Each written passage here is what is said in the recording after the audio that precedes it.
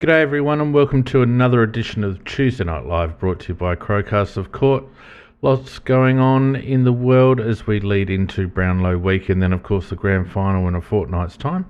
So without any further ado, let's crack straight in and see what's going on.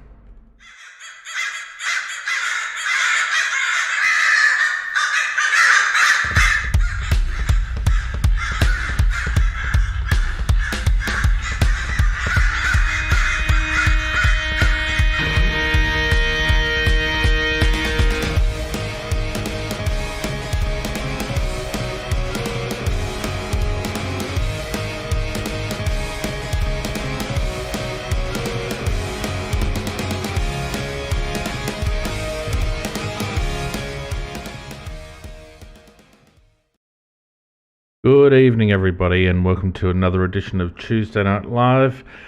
Thanks to everyone who's joined us on Discord and also on YouTube and maybe even Twitch on this Tuesday night. Still basking in the glory of a famous Port loss. And joining me to have his own moment of gloating, Pete, how you going? Oh, would we be that small, Fiend? Yes. Would we? Yes. Yes. We absolutely would. We would be absolutely that small, no question about it. How are you, mate? Good? Yeah, pretty good, mate. Pretty good. I mean, there's only one thing that really soothes the angst of no Crows in the postseason, and that's watching Port get absolutely destroyed. Well, it was a funny thing because my son, who's been very, very well coached in these matters, he said after the game, he said, "Dad," he said, wouldn't it have been better if it was a kick after the siren and it had really broken their hearts?" And I said, "No, mate." I said, "You want a result like that, so it completely causes their list management to just break everything apart." Yes, no hope. Beautiful thing. No hope left for them. They've destroyed, gutted, questions asked everywhere, coaching group dismantled. The whole 9 yards. They've already got rid of Hamish Hartlett, and they've said goodbye to Jared Schofield, of course, and I think there'll be a few more people moving on down there. Not that it's a Port Adelaide You're cast, absolutely but right, because you can't do what they did last year, which is just say, well, we're a kick away and we've just got to keep going. Yeah, no, that's right. You lose a prelim by 71 points. Well, that's almost as bad as losing a grand final by 119, isn't it, really? It's in that realm, isn't it? I mean, come on, we've lost grand finals, or one anyway, but gee whiz. I think the Crows have only ever lost one home final, haven't we? That one against St Kilda that time? Oh no, we've lost a prelim against West Coast, I think. Yeah, but when you're talking about humiliations, you've got the Great Showdown semi-final where they lost by, 80 points? So something like that. They've got a bit of a record, haven't they? Oh yeah. They've got a fair record of choking at home. A fair record. And all under the watch of Kenny Master Coach Hinkley. Of course, he's got 2 years left to go, and are they stuck with him? I put to Macca and Nicky on Sunday that it's Hinkley to Geelong, Chris Scott to Carlton, and Rossi Lyon to Port Adelaide. What do you reckon? Oof. Yeah, look, it wouldn't surprise me because Koshy clearly refused to endorse him. I heard that interview on Monday, and he did not endorse him. He gave a whole lot of corporate trite. And the one thing that he wouldn't say, and Cornsy's been out there challenging him, he would not say that Kenny was safe, and he still hasn't said it. That's right. Page of Motion, excellent spot.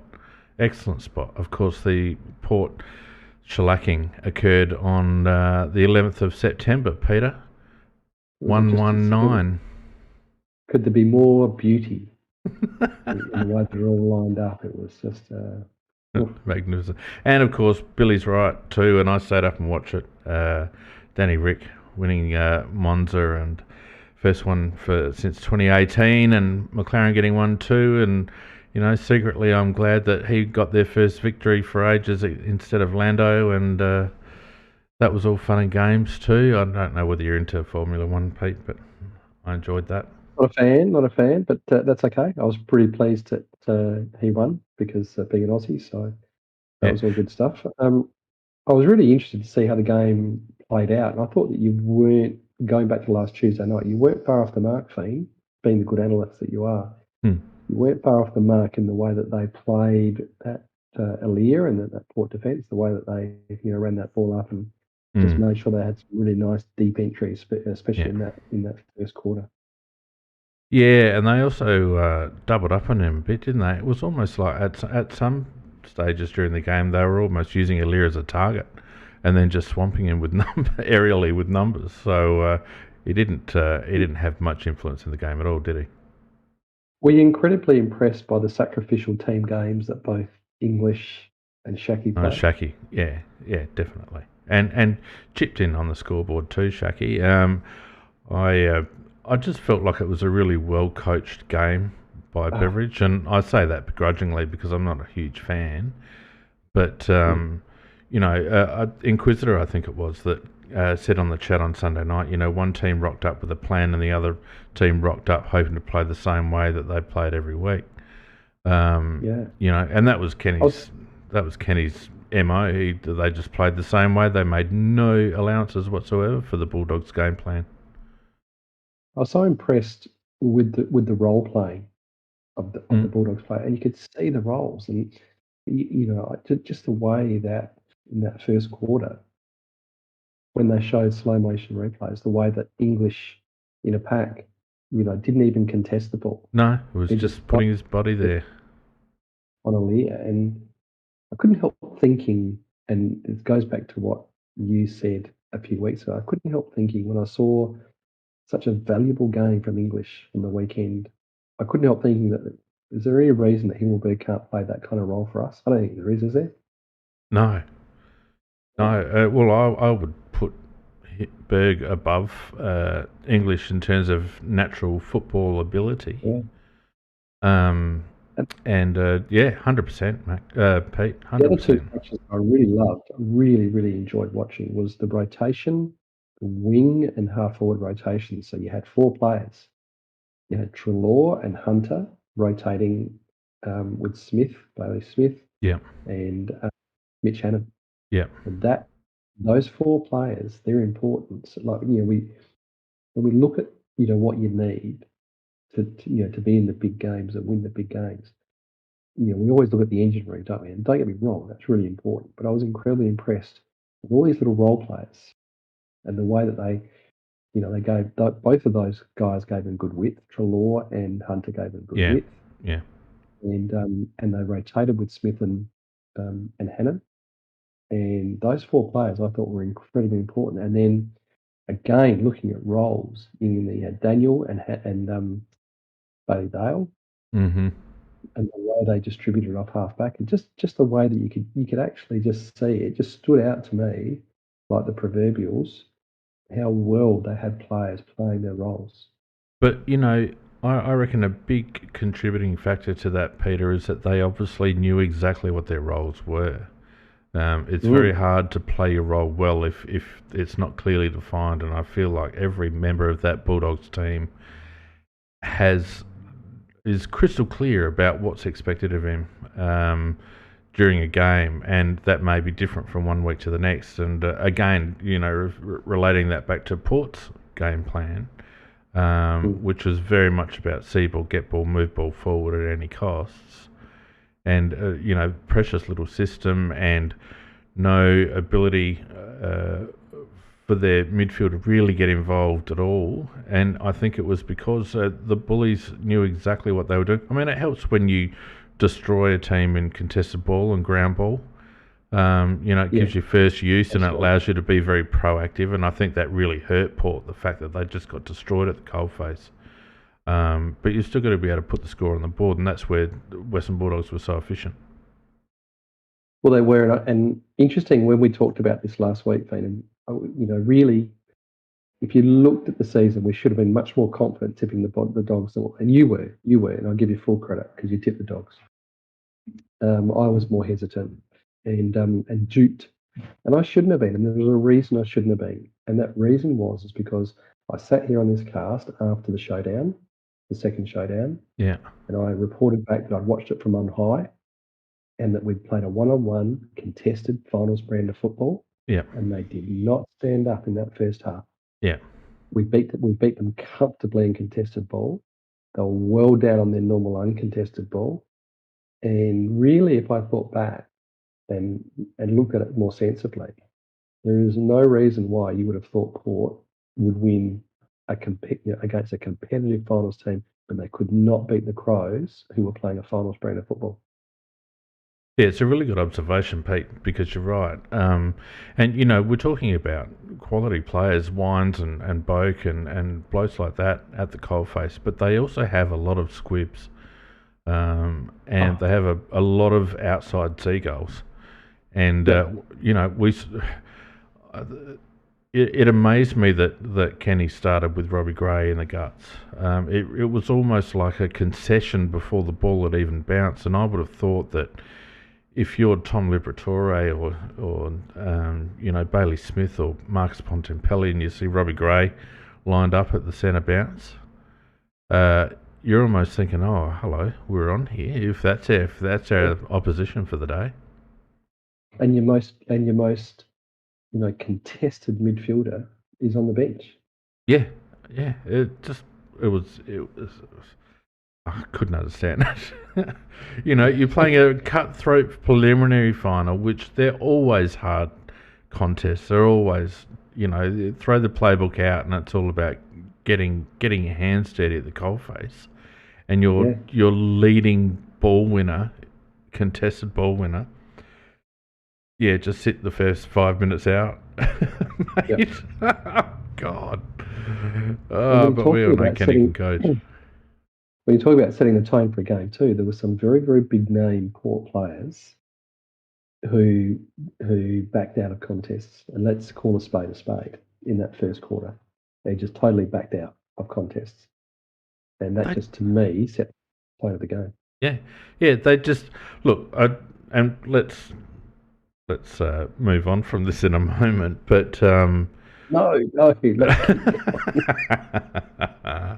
sorry, we should. Yeah. No, but look, they didn't play with any heart or any spirit, and they played to me as if they had already expended all their energy in the lead up, and yep. I feel like, knowing Ken Hinckley's style the way that we all do, I feel like the lead up to the game was all about, you can do it, you deserve this, you've worked hard, this is your game. Not providing much direction, and actually not keeping that team, steady and level and grounded.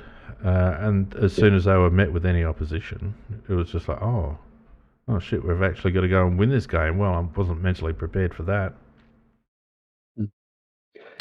Yes. No, I felt heartened when I saw that showdown, and I've heard since. I've heard Matthew Nix, and I've heard a couple of the players in various presses say that they are working on a brand of football at the Crows that will stand up in finals. Mm. And that's what they played against Port Adelaide. Now, I think physically you can't play that week in, week out, especially with the young team. Yeah. And I suspect we didn't play it every week, but there were some games where we did. And I thought, we did it really, really well. So yeah. I think we can be buoyed. I think we can be buoyed by that thing. Look, I agree with you, Pete, and I think we've actually got the players to do it. The thing I think that we've noted during the course of the season is that the young brigade at Adelaide, they're not inclined to give up terribly easily. And there's a little bit of mongrel about a few of them. Ned McHenry's the obvious one, but Harry Schoenberg's got a bit of grunt about him. Sam Berry's got a bit of grunt about him. There's Benny Keys obviously has a bit of grunt. Oh, Benny Keys, yep. Yep. There's lads there that aren't going to take a backward step, but it's not in a bravado manner. It's just that they're just going to keep coming. And I think what you say is absolutely right. There were games during the season where we beat some quality opposition, and it was all about that manic pressure and that physicality at the contest, and that willingness to continue and go second and third efforts. And that's not always been a quality of an Adelaide side. Well, it hasn't, and I ask you this question. I'm interested to hear your opinion. Now, when you read the various social media pages on the various forums and things like that, we hear about the fact that we've got these manic players, like you say. What we need is some real class. And how much? I'm going to ask this. I'm not, you can never have too much class, of course. But when you're in a prelim final like that, it's dog eat dog, and it is that manic. How much class do you actually need? And looking at some of the poor players that you would say, geez, a really classy player. Yeah. You know what I'm trying to say? Well, there aren't many. You know what I'm trying to say? Yeah, definitely, because I think there are times where the classy players go missing in those hard-fought games. The thing that I really enjoy about the way the Bulldogs plays, whilst they've got grunt at the contest, they've also got really good skills. Their hand skills are quick and decisive, and they can hit players by foot. And if you've got a group of guys that are committed to the contest, that don't back away, but also have really good disposal, I mean that's the dream, isn't it? So you're 100% right, Peter. You don't need necessarily that silky smooth, classy outside runner that can, that looks fantastic when he's got 10 metres clear. You need a bloke that can be in and around the contest and not shirk it, but be able to deliver under pressure. And the bloke that really comes to mind in that regard for mine is Christian Petrarca for Melbourne. He's got a lot of power. He's able to win his own ball, but he's also able to hit players up. Oliver is the same for them. I mean, yes, a lot of what they do is brute strength and brute force, but they also run and run and run, and they can also hit targets when they need to. So, one player that really impressed me on Saturday night was McRae, and the reason he really impressed me was because when there was all around him was panicking and there was manic pressure, he had that ability to just be able to look, and even if it was just a 15, 20 metre target, he found it. Yeah. And from that stop play would open up. Just releases the pressure valve a little bit. Yeah. Do you know what I mean? And Who do you reckon we got like that at the moment, Pete? Oh, probably Harry. Yeah. That's what I see Harry developing into. Not a distributor so much, but composure in tough situations. That composure that turns manic pressure into possession, into calm possession. It's like a transition. Yeah. And McRae just seemed to be able to, and there was nothing special about his disposal other than the fact he was able to do it in a calm way and hit that 20 metre target. He did it about 4 or 5 times, I reckon. I think the other Crows youngster that we're going to, some might be surprised by his level of composure and skill under pressure, is Sam Berry. I see him with such core strength, and the few times that we've played him through the middle, I've been impressed by the way he's been able to keep his feet and not be knocked offline in contested situations. But he's also able then to break free, even though he doesn't look like a fast player. He can break free and deliver. And I think the more we get exposed to Sam Berry in the guts, the more we're going to see him rise in terms of his ability not only to win his own ball, but to also be a bit of a distributor out of those contests, like Jack McRae, probably with a bit more class and skill than, say, a Tom Liberatore, who I thought was excellent for the Bulldogs on the weekend. Fabulous footballer. He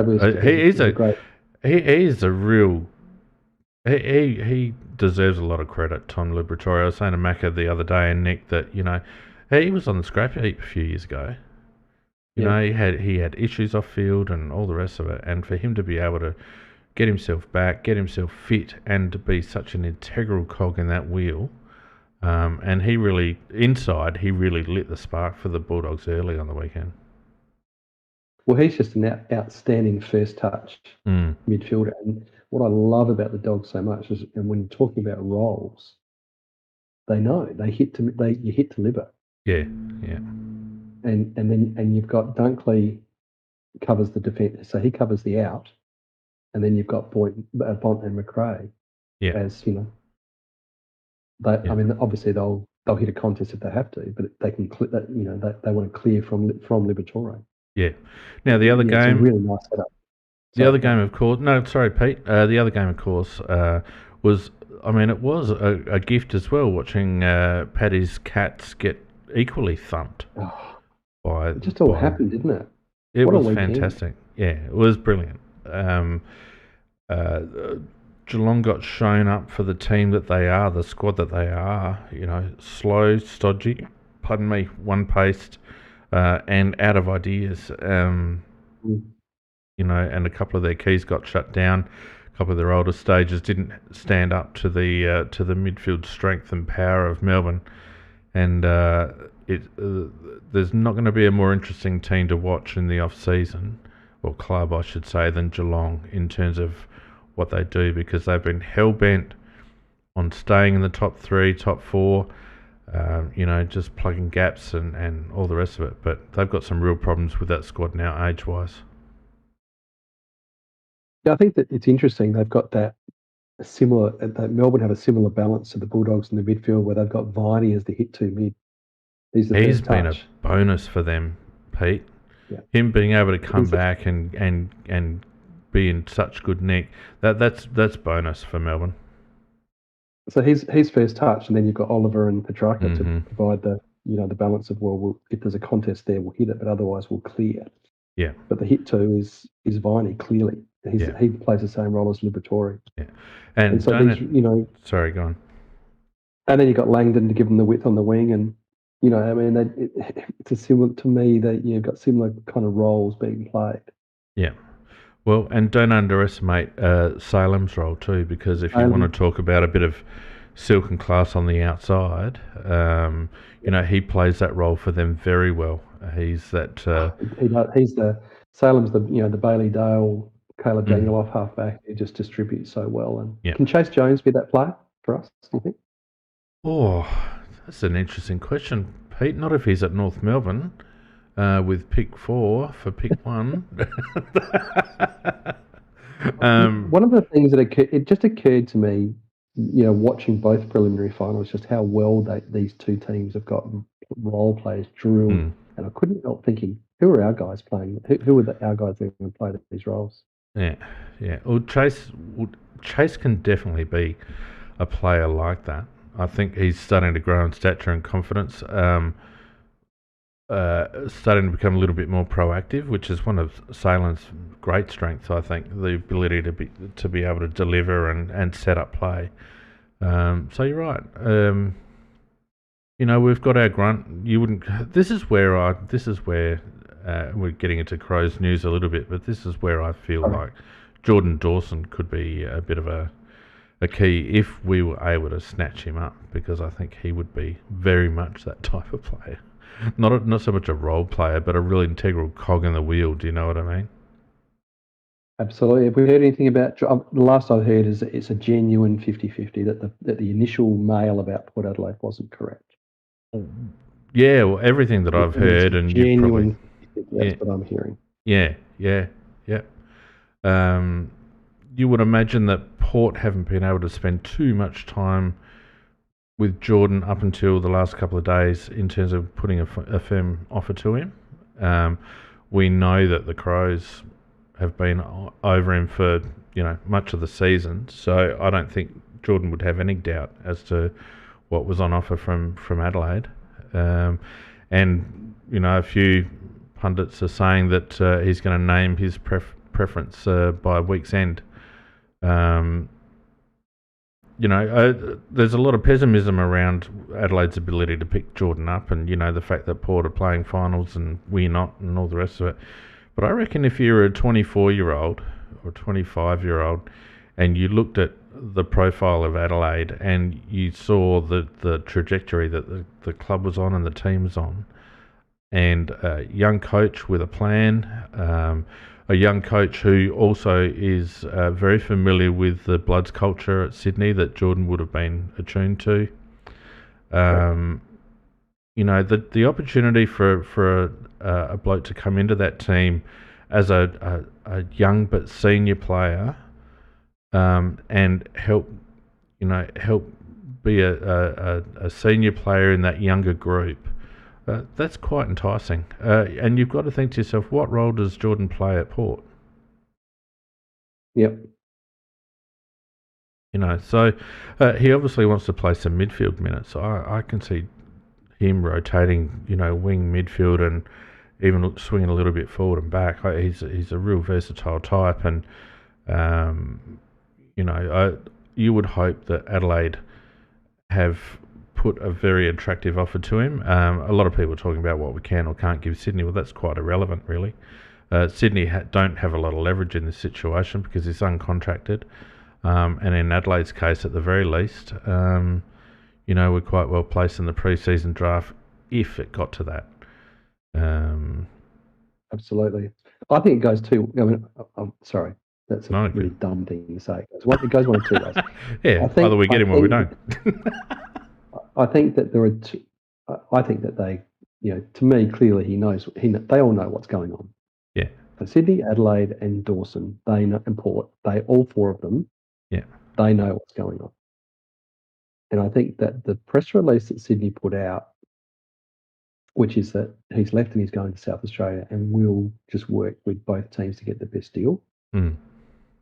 You got to sort of ask yourself, right, okay, what led to that statement? Mm. If I want to try and analyse it really closely. So to me, there's two possible outcomes. Right? So one is that the Dawson camp they want to go to Port. They don't want, and Port don't want the aggravation while they're in finals. Yeah. And so there's a statement released by Sydney that says he's going to South Australia, so that keeps it all under wraps. Everyone's happy, and then whenever Port come out of the finals, that's when it can be sorted out. Okay? Yeah. So that to me is scenario one. I did think this through, and I thought, maybe scenario two is Reedy being a little bit gun shy after the Bryce Gibbs. And maybe Reedy gets on the phone and says to Sydney, how do you want to announce it? You remember what happened with Carlton and Silvani, don't you? When Reedy just went the terrible situation.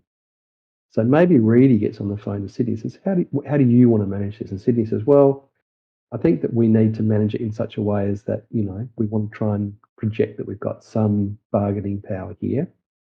And so we're going to release it as we want to release it, which is that he's going back to South Australia and we will get the best deal. We will talk to both clubs.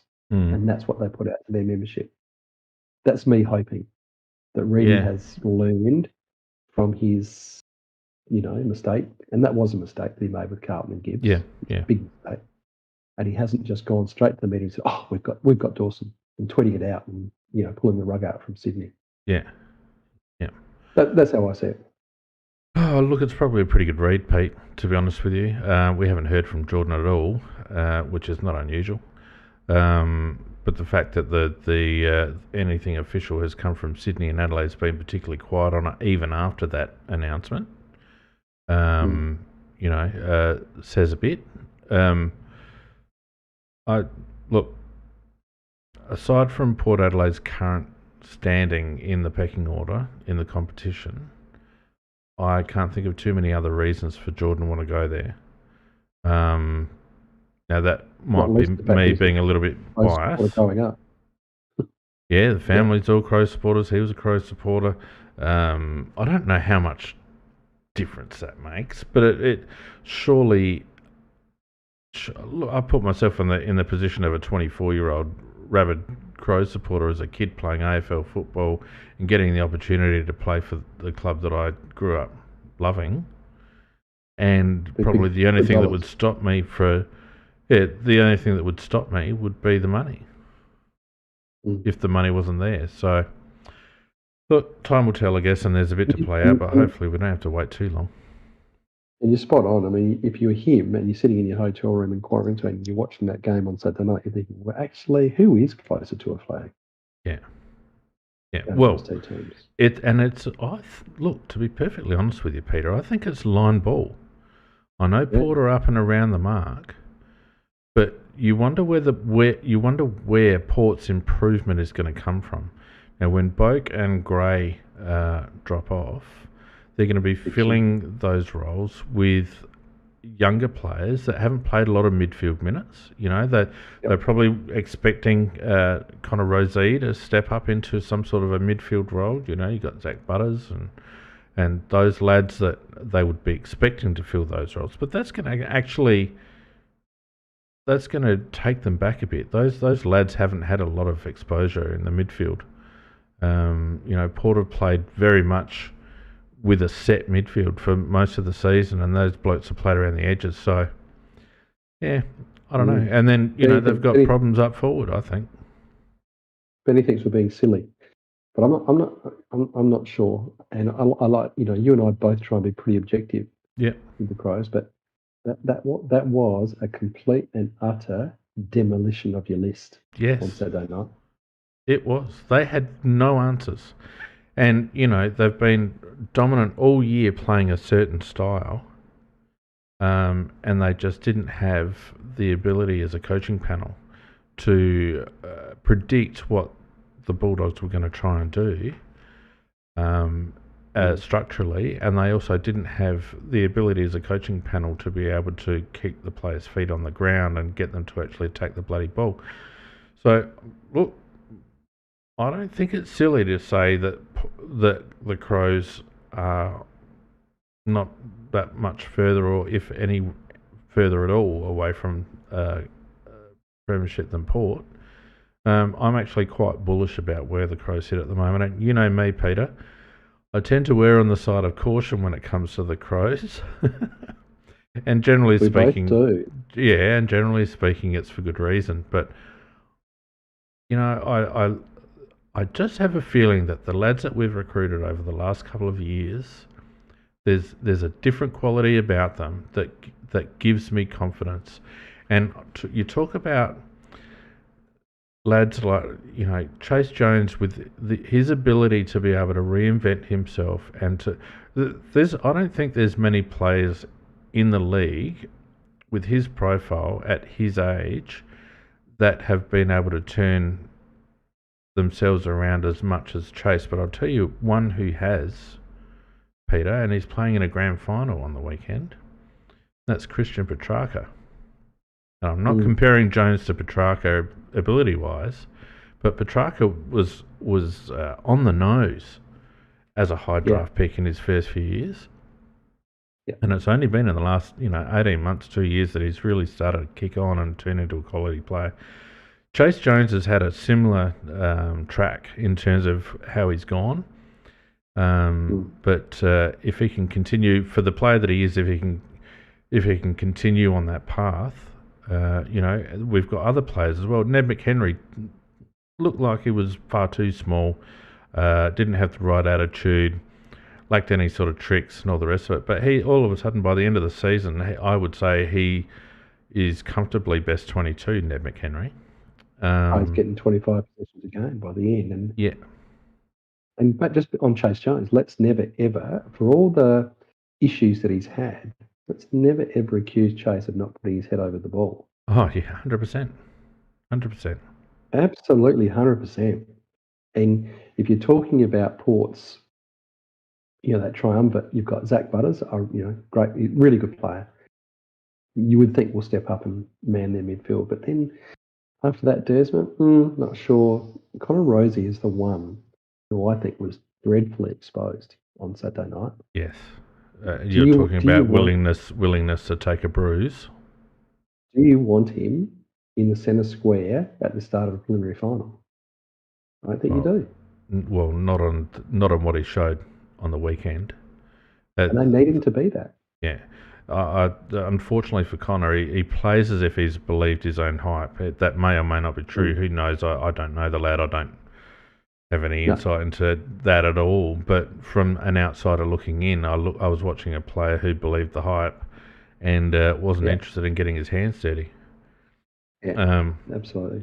We've got others too. Harry Schoenberg, everyone knows what I think of Harry, but his ability to basically bust the door open in our midfield and demand minutes there and make the most of those minutes is impressive. You know, And let me we've tell you, as somebody who watched him through a lot of his junior football, let me tell you that Riley Thilthorpe is a very, very aggressive player. yeah, he is. He is hard as nails, Yeah. Riley Thilthorpe. I So think we're 2 years he's got a away kid from to hold seeing to the height. Riley. I think Yeah. we're 2 years away from seeing what Riley can deliver for us. I think next year Yeah, he'll keep could go either developing. way. You know, second year blues and all that. But when his body matures and hardens up a bit, that's when we'll see what we've got with Riley. You know, It's having a group that they can look each other in the eye, Fane, and yeah, know that when it comes the time, they'll yep, go. yep, exactly And there's right. not one of them. There's not one of them, Yeah, and that's what you need. yeah. And That's what you need. I've said it during the year that the lads and these interviews are available on our website for people who want to go and listen. But the interviews that we had with the young lads early in the season, and they were all talking about taking ownership of the club and you know, wanting to take the club in a new direction.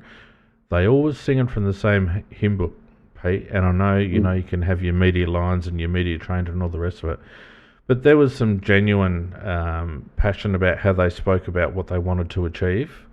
Yep. And you get a group of young kids on the same page at a young age, which is exactly what's happened with the Western Bulldogs, for example, who've had that group together now for 5 or 6 years. Yeah. So look, I'm bullish about the Crows. I'm happy with the direction we're going off the field. I'm happy with the direction we're going on the field. Just to tidy up on the Jordan Dawson one. Yeah, sorry. No, that's okay. We're just sort of spitballing around here tonight, but that's fine. And don't forget anyone in the studio audience, if you want to have a brief chat, stick your hand up because we're freewheeling it tonight, pretty much, aren't we? We are. Many don't want to part with pick 4. Would you do a pick swap for Jordan? Absolutely. Yeah. Knowing the draft as I know it at the moment, I'd happily. Are you talking about Dawson and 12? Yeah, 4 for 12 and Dawson. Yeah. Oh, without even blinking. Yeah, I think so. 12 still gets us in the Draper it. conversation, doesn't it? Yeah, I don't know if Sydney would do it, but I certainly would. Well, I don't think they've got a choice, Peter. If he names us, he's out of contract. Yeah, you're right. And it's a pretty good deal. I think it is. Deal. Yeah. I mean, we could play hardball. We could try and trade up into the bottom of the first round and give that to Sydney. You know, I don't know what Sydney's targets are in terms of their academy players or what their needs are in terms of points. But just purely in terms of base value, I think 4 for 12 easily gets it done, and 12 puts us in the Draper conversation, really, doesn't it? You would think. It certainly does, and I'm all for looking at Arlo. So I think he's a player that we can really use. Yeah, if you could walk away from the draft with, like if you said before the draft, all right, we're going to give you a bloke who's been in the system now for 5 years and really starting to show some skills. He's 24, so he's in the sweet spot age-wise. And we're also going to give you a young lad that is showing some real tricks and could be anything. You'd say, all right, I'll take that, thanks, and I'll walk away. No question.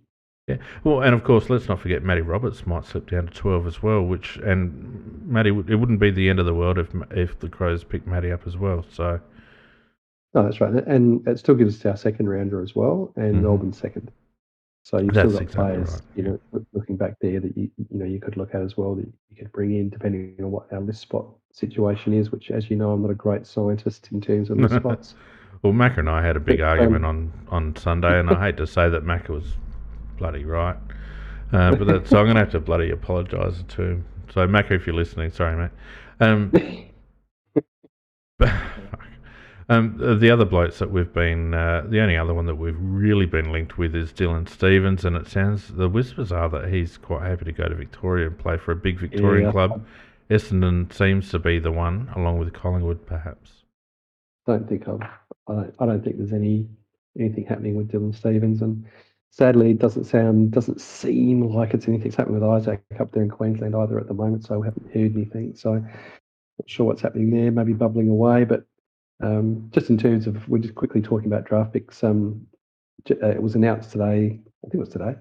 The AFL Grand Final will have a curtain raiser, and that will be a repeat of the SA and WA under-19s having a game. Jeez. So that'll be a great opportunity. What a stage for those lads to have a kick out. Oh, how exciting! Like to be able to go there and play in front of a massive crowd like that, and probably hang around and get to watch the grand final. Really great experience for those boys. So good on them. Yeah. So that'll be hopefully that'll get some decent coverage on grand final day, and we'll be able to have a good look on the big screen. And well, the only downside about that is that it again put Mick Godden's negative coaching style on show, because I had another look at that game, Pete, the other day, and I saw exactly what. Yeah, I saw, not the under-19s game. That's the one you're talking about, isn't it? Yeah. Yeah. And I saw midfield setups that reminded me so much of when Mick was our midfield coach, in terms of looking for body and not being proactive, and it's little wonder that we got torched in the middle, in my opinion. But anyway, I'm not a big fan of Mickey Godden.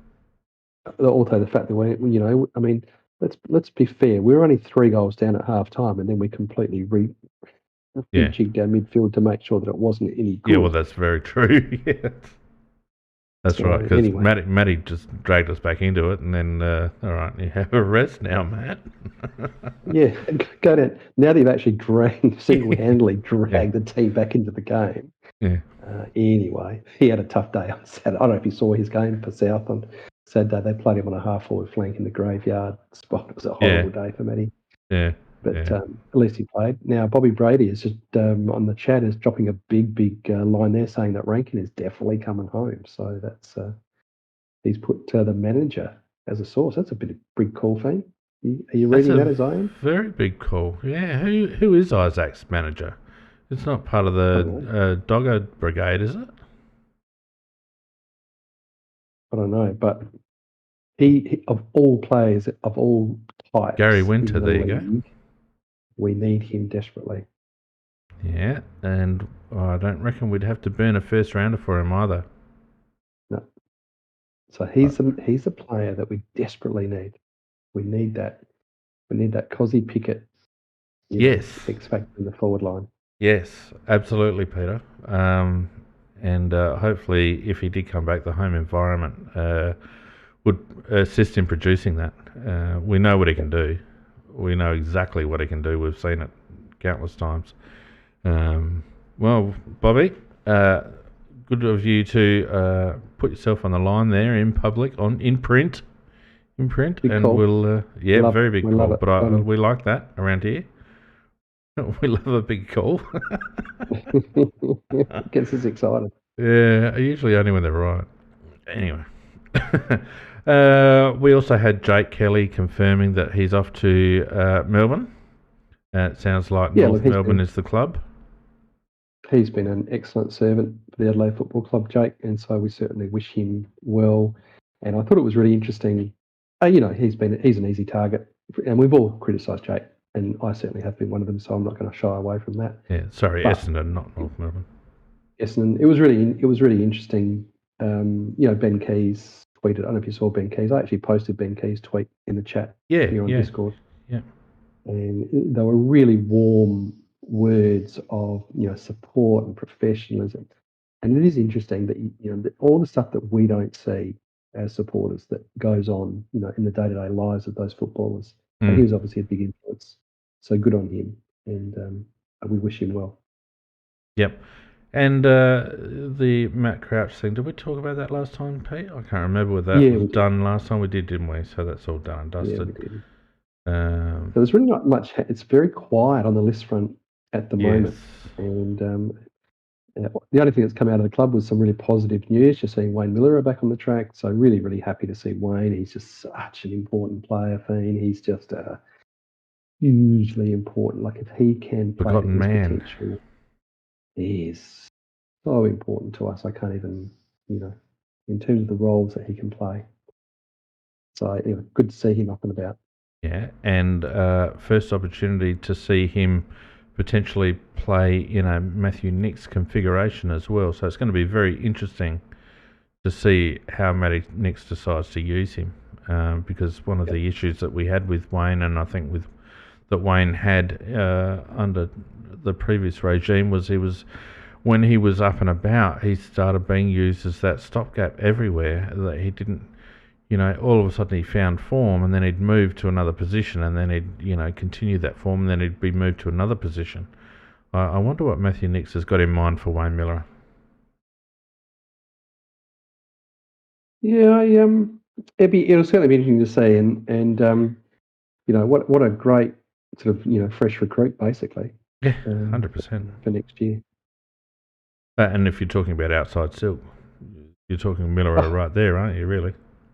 Yeah, and again, his ability in traffic, Yep. just phenomenal. So, he could be a real pickup for us. So that's some real positive stuff that came out of the club today.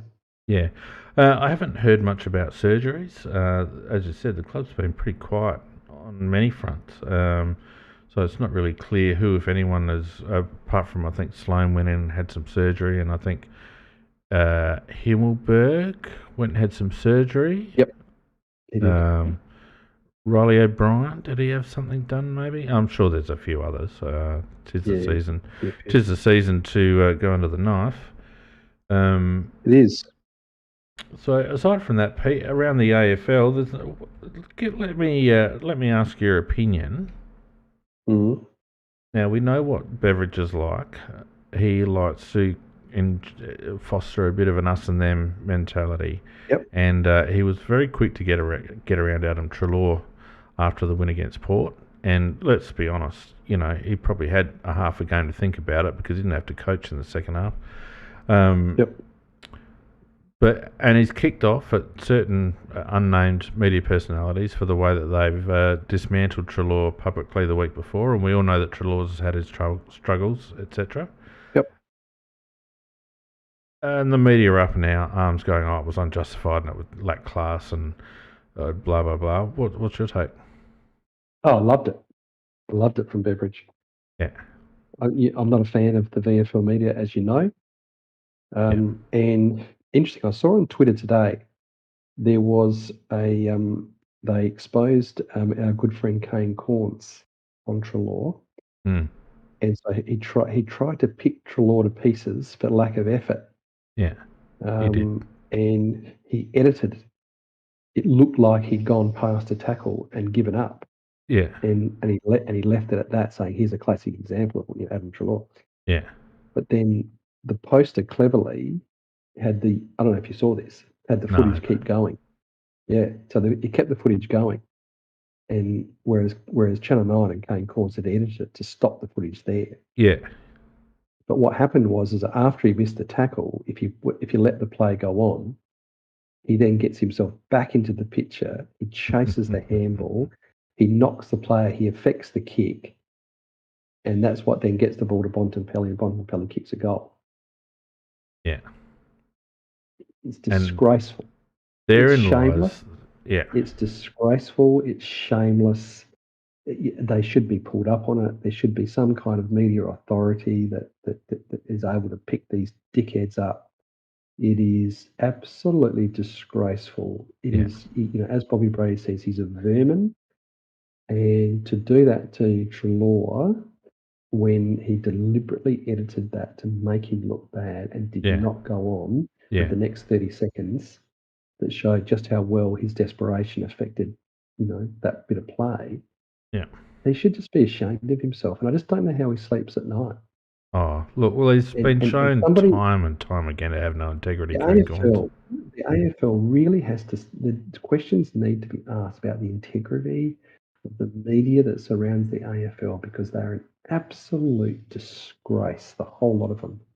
I hate them with passion. There's two camps now in AFL media, right? There's the one camp who are the Kane Corns muckrakers, and I would put Kane, Hutchinson, I'd even put Caro Wilson in that at times now. I think she straddles the line. But you've also got, because of COVID and the layoffs, you've also got a lot of currently unattached so-called football journalists, and they are just blatant click whores.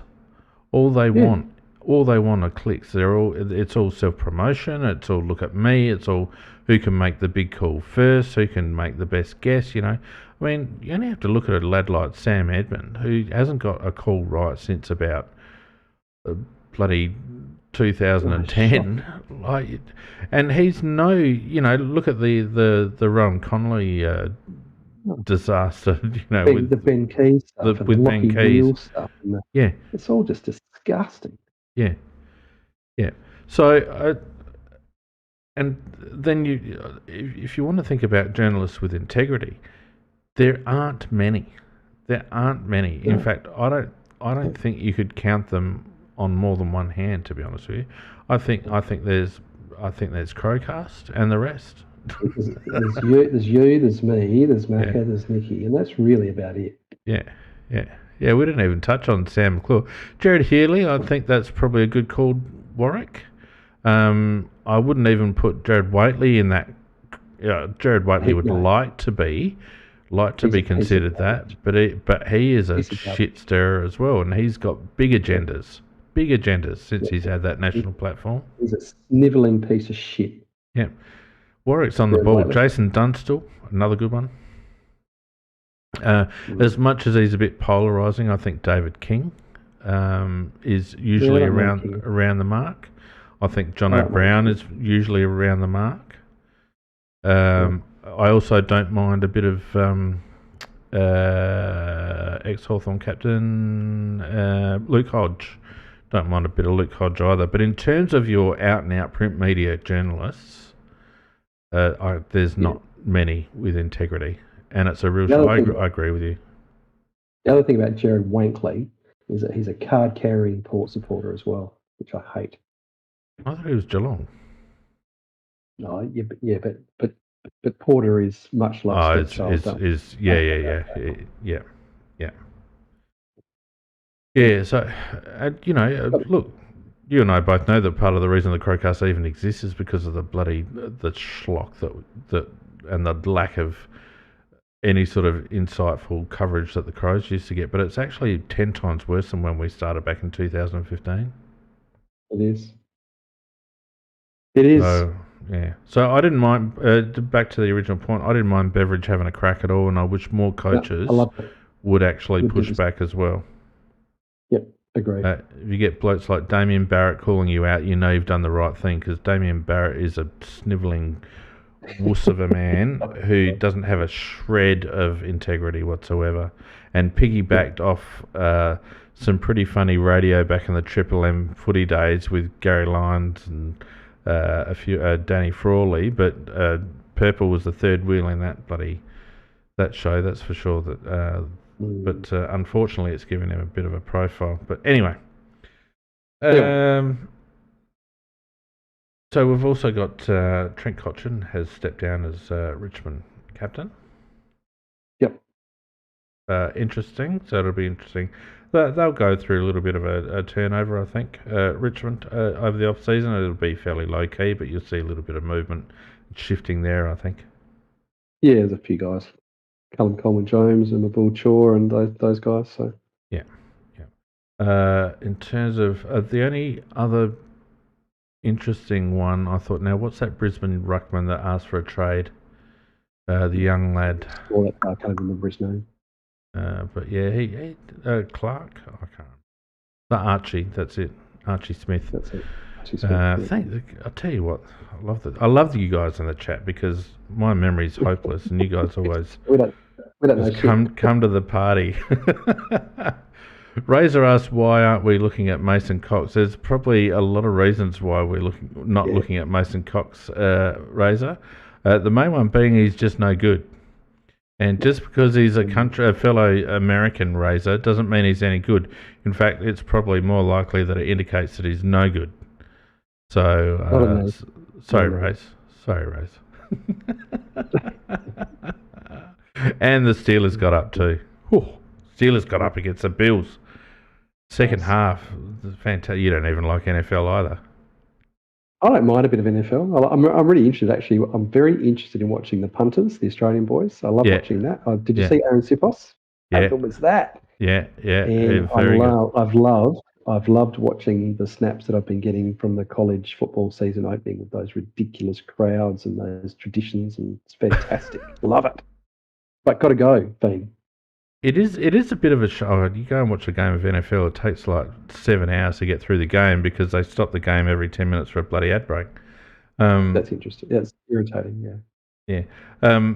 It's one of the things I really am quite envious about is watching the senior school sports system in America. It's fantastic. You know, the college sports, the college basketball and the college football. It's fantastic. If I ever get a chance to go and see some American sport, I am going to Lane Stadium. I'm watching Virginia Tech, and I'm just there going nuts to Enter Sandman. That's what I want. That is the biggest thing I've ever seen. That is in terms of sport, you cannot beat that. Sorry. It kicks ass on Never Tear Us Apart, doesn't it? I'm going to go, mate, but that was, that's a good way to finish up. Yeah, very good. Look, thanks to everyone who's joined us on Discord and YouTube tonight. It's been a quite freewheeling sort of chat. More dots, the F5AA intro. What's that all about? Please explain. Come in. More. I'm going to invite you in. Speak, more dots, sir. I want to know what that is. Pete, you can go if you want. All right, mate. I'm gonna bail because I've got some things to do. So it was good to chat, everybody. Yeah. See you, mate. All right. See you next. See you, mate. Cheers. Can anyone come on and tell me what the 5AA thing was? PJ, come on, someone.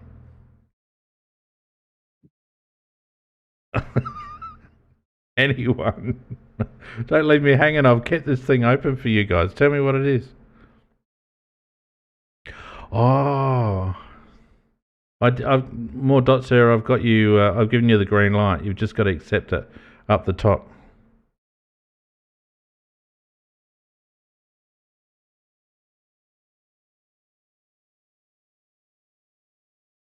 From what I'm gathering from the chat, it was a montage of all the Port supporters crying about. I must look that up. That's fantastic. All right. It's on their podcast page if anyone wants to look at it. All right, we better finish up. Look, thanks to everyone who's joined us. Thanks to everyone who supported us on Patreon. Don't forget, if you want to support us, you can go to patreon.com/AFL Crowcast. We won't be on Sunday this week. Macca and I have to go to mediation. But I'm sure that we'll resolve our issues in time for the following week when we'll be reviewing the grand final, of course, and then into the silly season. So until then, everyone take care. Thanks very much for your support and for joining us tonight, and we'll see you next Tuesday. Not all.